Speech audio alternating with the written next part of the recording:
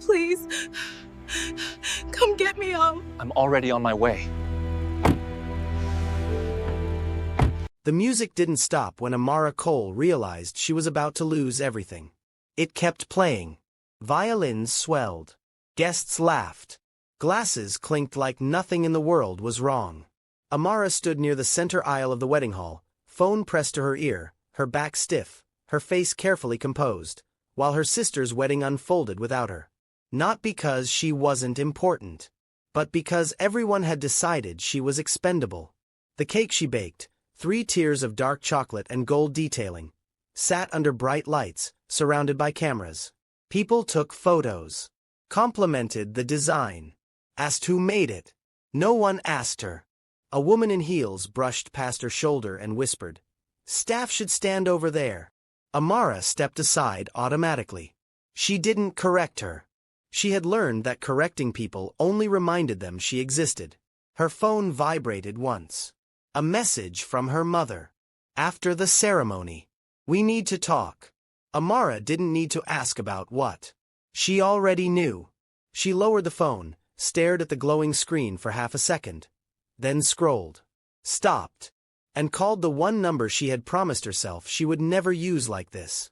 When the line connected, her voice came out quiet, controlled, barely holding. "Can you come get me?" There was no shock on the other end. No questions. Just a pause, long enough to feel dangerous. Then a calm voice replied, low and steady. "Where are you?" Amara closed her eyes.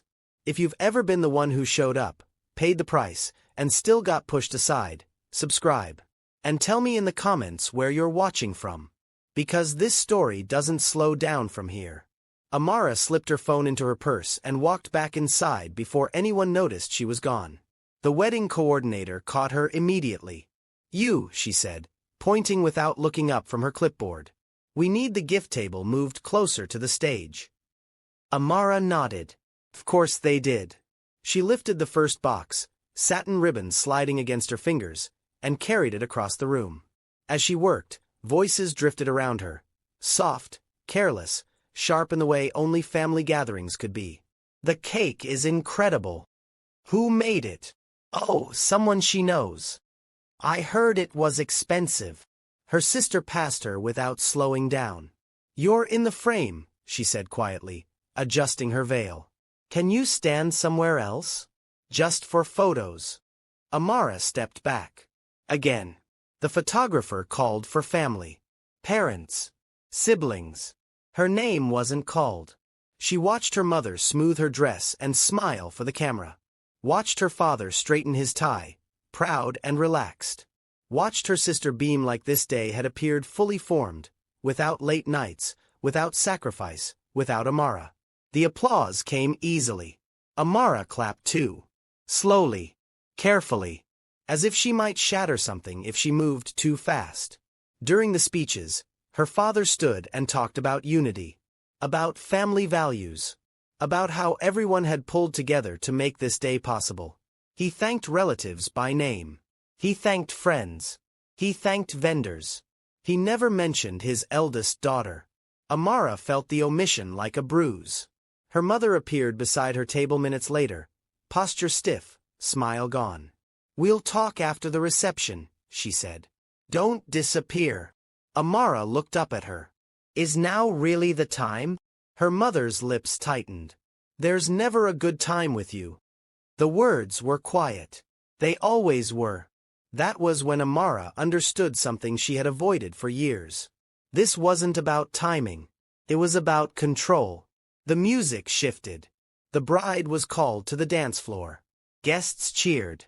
Someone knocked Amara's chair and didn't apologize. She stood, smoothing her dress, too tight at the shoulders, pulling at the seams. A dress ordered without her input. Altered quickly. A dress that felt like a reminder that she was always expected to make herself smaller. Her father intercepted her halfway to the hallway. He held out an envelope. Plain. White. Thin. "Not here," he said when she reached for it. "Open it later." Amara looked at him. Really looked. His face was calm. Detached. Decided. "What is this?" she asked. He glanced toward the dance floor, toward the guests, toward appearances. Something we need to handle, he said. You're doing well now. You'll understand. Her fingers slid under the seal anyway. Inside was a notice. 30 days. That was all.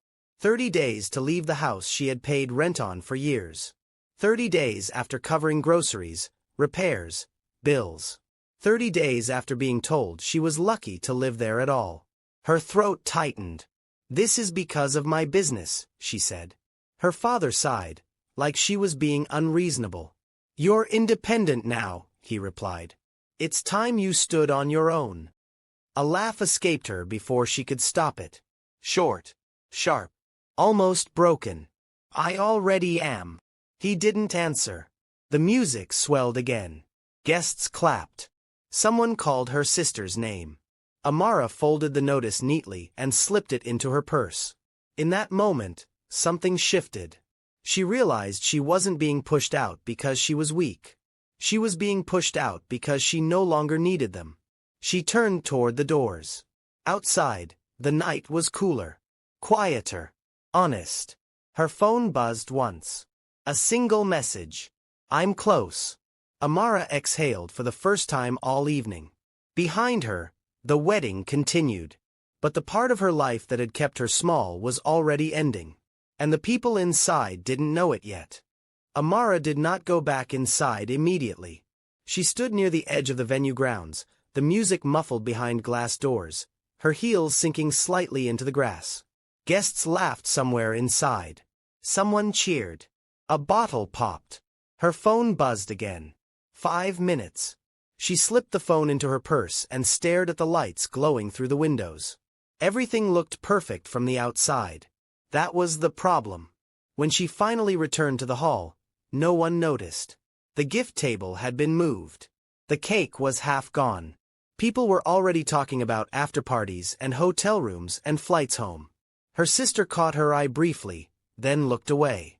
Good. Amara took a seat at the far end of the table reserved for family, though no one sat near her. Plates clinked. Someone passed her a drink without meeting her gaze. Her mother leaned in close, voice low. We'll talk now, she said. Follow me. They didn't go far. Just beyond the restrooms. A narrow hallway. Neutral lighting. No witnesses. Her father was already there. He didn't sit.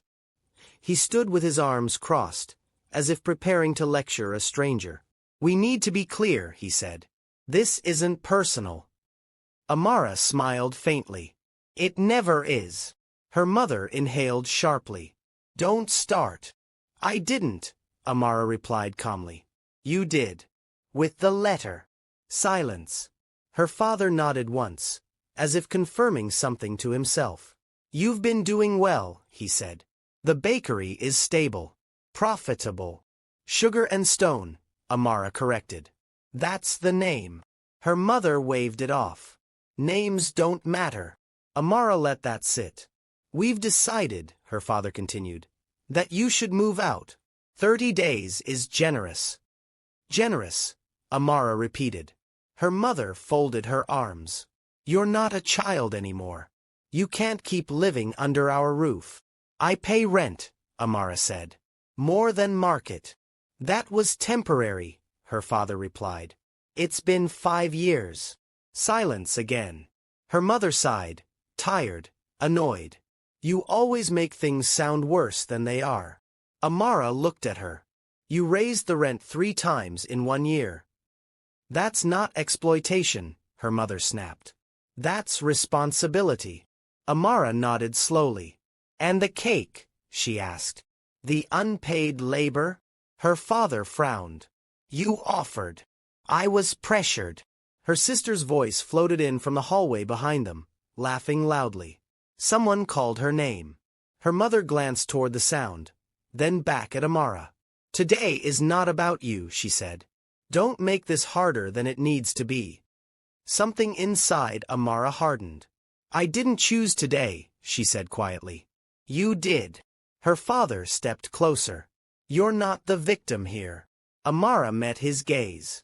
No, she said. I'm the resource. Her mother scoffed. You're being dramatic. Amara didn't raise her voice. She didn't need to. I paid for half the flowers, she said evenly. I covered the shortfall when you went over budget. I baked a cake that would have cost you 10 times more if ordered professionally. I altered dresses you rushed and blamed me for when they didn't fit. Her mother opened her mouth. Amara continued. And when people praise the cake, you let them think it came from somewhere else. When they ask who made it, you stay silent. When staff mistake me for help, you don't correct them. Her father shook his head. You're keeping score. No, Amara replied. I'm finally looking at the numbers. Her phone buzzed in her purse. Once. Her mother noticed. Who is that? Amara didn't answer. Her father straightened. We don't want scenes. Take the letter. Finish the night. We'll expect you to start making arrangements. Her mother added, softer now. This is for your own good. Amara exhaled slowly. Then why does it feel like punishment? Neither of them answered. From inside the hall, applause erupted again. The bride was being toasted. Her mother checked her watch. We're done here. Amara nodded. Yes, she said. We are. She turned and walked back into the wedding hall without waiting for permission. The room hadn't changed. Music, laughter, movement. But Amara had. She moved through the crowd calmly, shoulders back, chin level. Guests brushed past her without noticing the shift. Her sister laughed too loudly near the stage, champagne glass raised. Someone handed Amara a plate. She set it down untouched. Her phone buzzed again. I'm outside. Her breath caught for half a second. Then she steadied. She didn't rush. She didn't look around. She walked. As she passed the cake table, someone stopped her. Oh, you're the baker, right? Amara turned. The woman smiled warmly. This is the best cake I've ever had. Truly. Amara smiled back. Thank you. The woman blinked. Wait, you made it? Yes. Her sister's voice cut in sharply. We should get going. Photos are next. Amara looked at her. No, she said. The word landed between them. Clear. Come. Unmovable. Her sister frowned. What? I'm leaving. Now. Her sister hissed. Are you serious? Amara nodded. Yes. Her sister glanced around nervously. Don't do this. People are watching. Amara smiled softly. They've been watching all night. She turned away before her sister could respond. The doors opened. Cool air rushed in. Outside, a black car idled under the lights. The door was already open. A man stood beside it. Still. Controlled. Waiting. He didn't wave. He didn't call her name. He simply looked at her. And in that look was something she hadn't felt in years. Certainty. Amara walked toward him. Behind her, the music continued.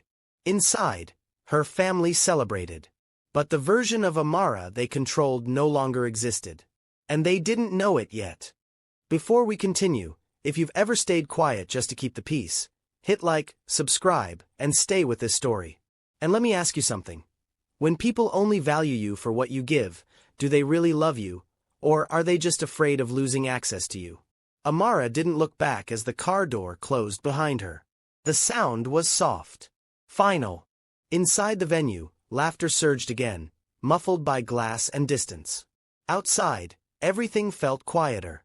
Cleaner. Real. The man beside the car waited until she was fully seated before closing the door. He didn't ask if she was okay. He didn't rush her. He didn't fill the silence with empty comfort. That alone told Amara this was different. The car pulled away smoothly. Only then did she let out the breath she'd been holding for years. I'm sorry, she said suddenly, surprising herself. I shouldn't have called you like that. He glanced at her once. Come. Focused. You didn't call for nothing, he replied. You called because you were done. The city lights slid past the window, reflections blurring into streaks of gold and white. Amara pressed her fingers together in her lap. They were still shaking. I didn't plan it, she admitted. I told myself I'd get through tonight. Just one more day. That's what I always say. He nodded slightly. And tonight. Tonight they handed me an eviction notice, she said. Her voice stayed level, even as the words landed heavier than she expected. At my sister's wedding. He didn't react, but his jaw tightened. They drove in silence for a while. Amara stared out the window, watching Cape Town unfold in layers. Restaurants closing, couples laughing on sidewalks, a city moving forward without knowing her world had just cracked open. 6 months ago, she would have apologized again. She didn't now. You know, she said quietly, they'll say I embarrassed them. He exhaled through his nose. People who benefit from your silence always do. The car slowed at a red light. Amara turned toward him. Why did you come so fast? He didn't answer immediately. When someone asks for help once, he said finally, it usually means they've asked themselves 100 times before. Her throat tightened. She looked away before he could see it. They stopped outside a building she didn't recognize. Modern, discreet, guarded without being loud about it. The car pulled in, the gate opening smoothly before closing behind them. This is temporary, Amara said quickly, as if reminding herself. I'll figure something out. He met her gaze. You don't need to prove anything tonight. Inside, the space was quiet, clean, intentional. No clutter, no shouting, no tension vibrating in the walls. Amara stood just inside the door, unsure where to put her hands. This isn't charity, he said, reading her hesitation. It's a place to breathe. She nodded. That night, she didn't sleep much. Not because she was afraid, but because her body didn't know how to relax without waiting for the next demand. Morning came quietly. No slammed doors. No raised voices. No reminders of what she owed. Her phone buzzed around 9. Her sister. Then her mother. Then her father. She didn't answer. Instead, she walked to the window, sunlight warming her face, and for the first time in years, she let a message sit unread without guilt. At her bakery later that day, the bell above the door chimed steadily. Customers smiled when they saw her, complimented the display, asked about new flavors. They knew her name. Mid-morning, her phone buzzed again. A message from her sister. You embarrassed us last night. Amara stared at it for a long moment, then typed back. You embarrassed yourselves. Her hand didn't shake when she sent it. Business was good that week. Better than usual. A post featuring her cake from the wedding had gone viral, shared by a guest who tagged her bakery directly. Orders doubled. Praise poured in. Her family noticed. Her mother called again. Left a voicemail. We need to talk, she said. You've made things very difficult. Amara listened once, then deleted it. That evening, she sat across from the man who had come for her without hesitation. Why do you help people like this? She asked quietly. He considered the question. Because I know what it costs to walk away, he replied. And because no one should do it alone. Another pause. They'll try to pull you back, he added. Not with apologies. With guilt. Amara nodded. They already are. He met her gaze. What will you do? She didn't answer immediately. She thought of the envelope. The hallway. The way the music had kept playing while her world fell apart. I won't go back, she said finally. But I won't hide either. His expression shifted slightly. Approval. Good, he said. Then you should be ready. For what? For them to realize they've lost control. 2 days later, her mother showed up at the bakery. Unannounced. She stood at the counter like a customer, posture stiff, eyes scanning the room as if measuring how much Amara had grown without them. This place is busy, her mother said, not quite a compliment. It is, Amara replied calmly. Her mother leaned in. You didn't have to leave like that. I did, Amara said. We're family. No, Amara corrected gently. We're related. The word stung. Her mother straightened. You're being influenced. Amara smiled faintly. I'm being supported. Her mother scoffed. By him. Amara didn't answer. That night, as Amara locked up the bakery, she noticed a car across the street. Parked. Engine off. Watching. Her phone buzzed. Do not engage, the message read. I'm nearby. She didn't respond. She didn't need to. Because the peace she was beginning to feel, it was already threatening the people who had benefited from her pain. And the next time they crossed a line, they wouldn't be doing it quietly. The silence didn't last. It never did. 3 days after her mother appeared at the bakery, the messages started coming in waves. Long paragraphs disguised as concern, short ones sharpened into accusations. You've changed. You're letting outsiders poison you against your own blood. Your sister is devastated. Amara read them once. Then she stopped. What unsettled her wasn't the words. It was how quickly the tone shifted when guilt failed. Her father sent the first threat. If you don't come home to talk this through, we'll handle things our way. She stared at the screen for a long time. What does that mean? She asked quietly that night. The man across from her didn't answer immediately. It means, he said, they still believe they can reach into your life and rearrange it. Amara nodded. They always have. Not anymore. She wanted to believe that. But belief didn't stop what came next. The next morning, her supplier called. Confused. Apologetic. They canceled your standing order, he said. Said it was a mistake on our end. Amara's stomach tightened. Who did? A woman named Evelyn Cole. Her mother. Amara thanked him, hung up, and stared at the prep table where half-finished orders waited. By noon, her landlord called. By evening, a post appeared online. Vague, smiling, cruel in its politeness. Sad when family forgets where they came from. Pride before humility always ends the same. The comments filled quickly.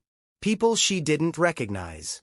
Relatives she hadn't spoken to in years. Opinions offered freely about a story they didn't understand. That night, Amara sat very still. They're trying to isolate you, he said quietly. Make you doubt yourself. She nodded. They're good at that. They're also getting desperate. The following week brought invitations. Not apologies. Invitations. A family dinner.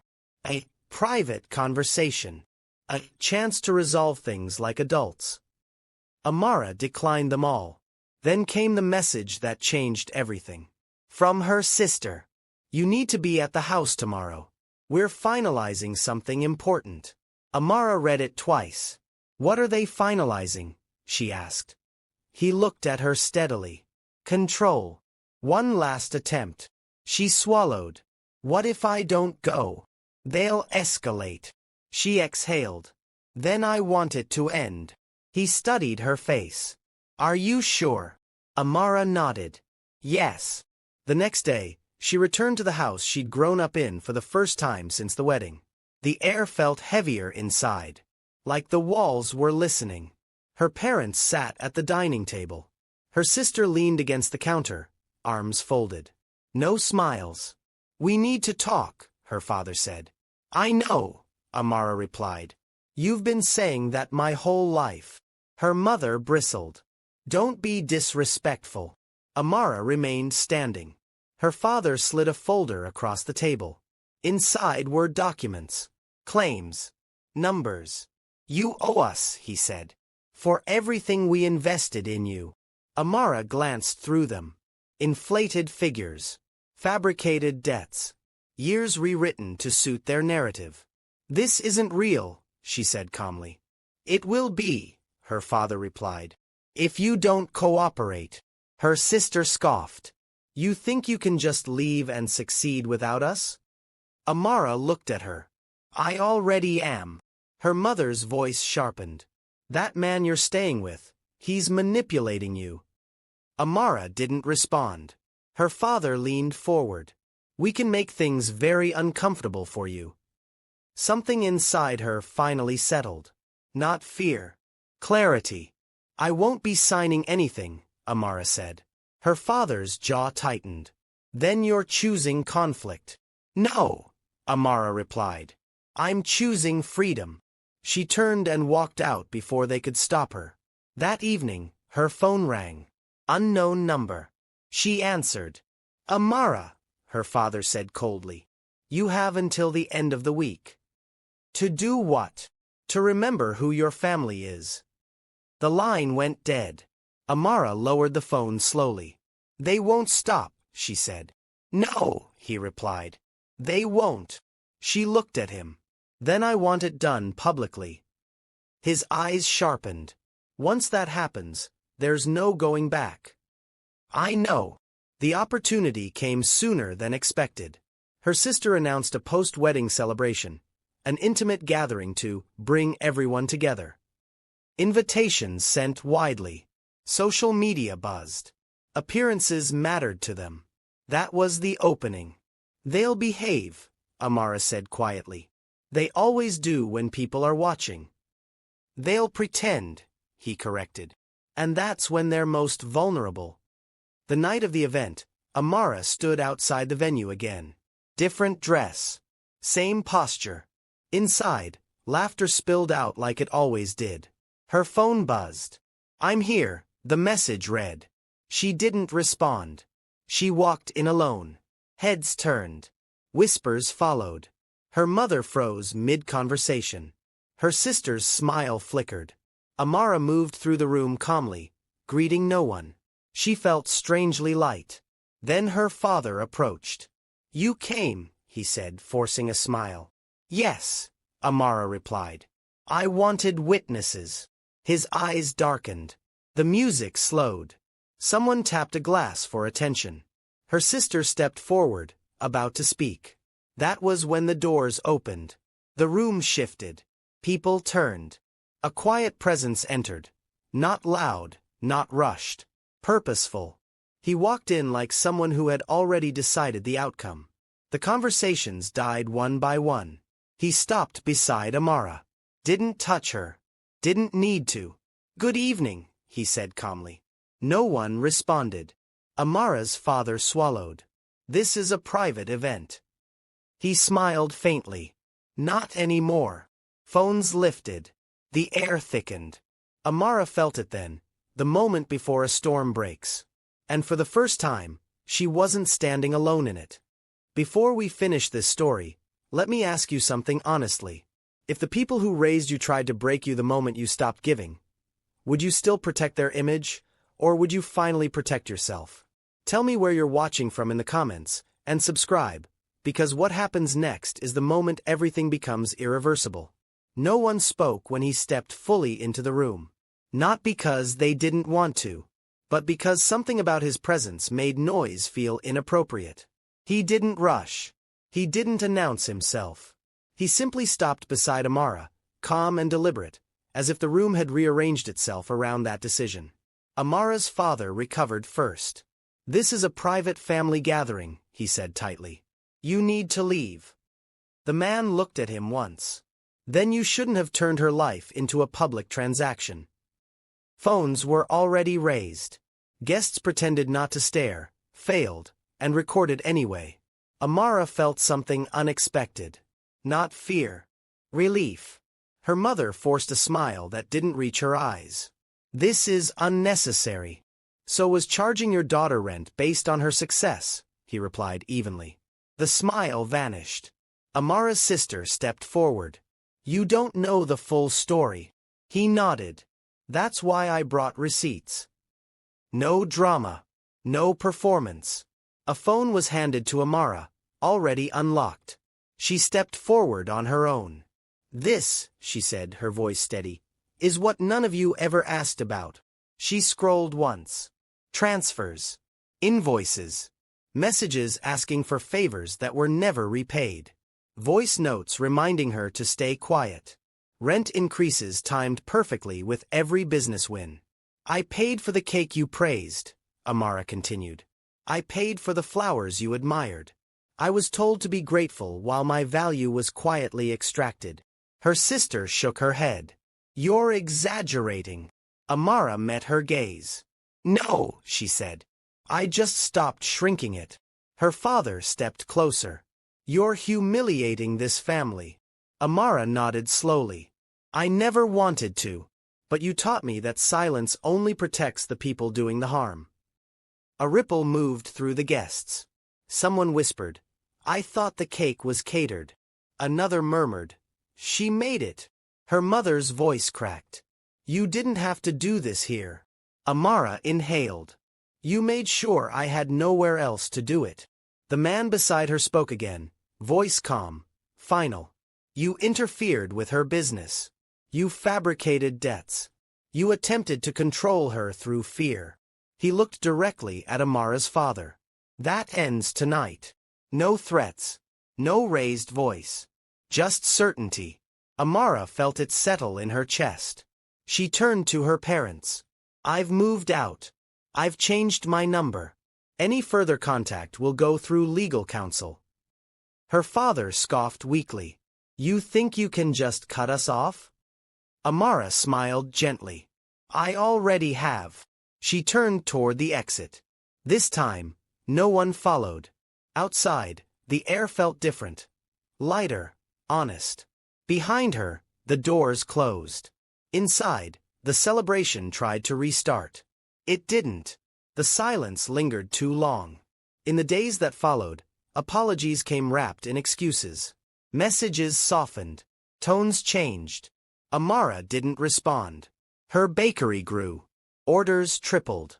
A feature ran with her name printed clearly beneath her work. She framed it. One evening, sitting across from the man who came when she asked once, she said quietly, You didn't save me. He shook his head. No. You chose yourself. I just stood where you wouldn't stand alone. Weeks later, she hosted dinner. Not for relatives. For people who celebrated her without conditions. Laughter filled the room. Easy, unguarded. Amara raised her glass. To walking away, she said, before it costs you your whole self. They echoed it back. And for the first time, family felt like something she had chosen, not something that owned her. If this story resonated with you, if you've ever had to walk away to survive, tell me where you're watching from in the comments. And subscribe, because more stories like this are coming.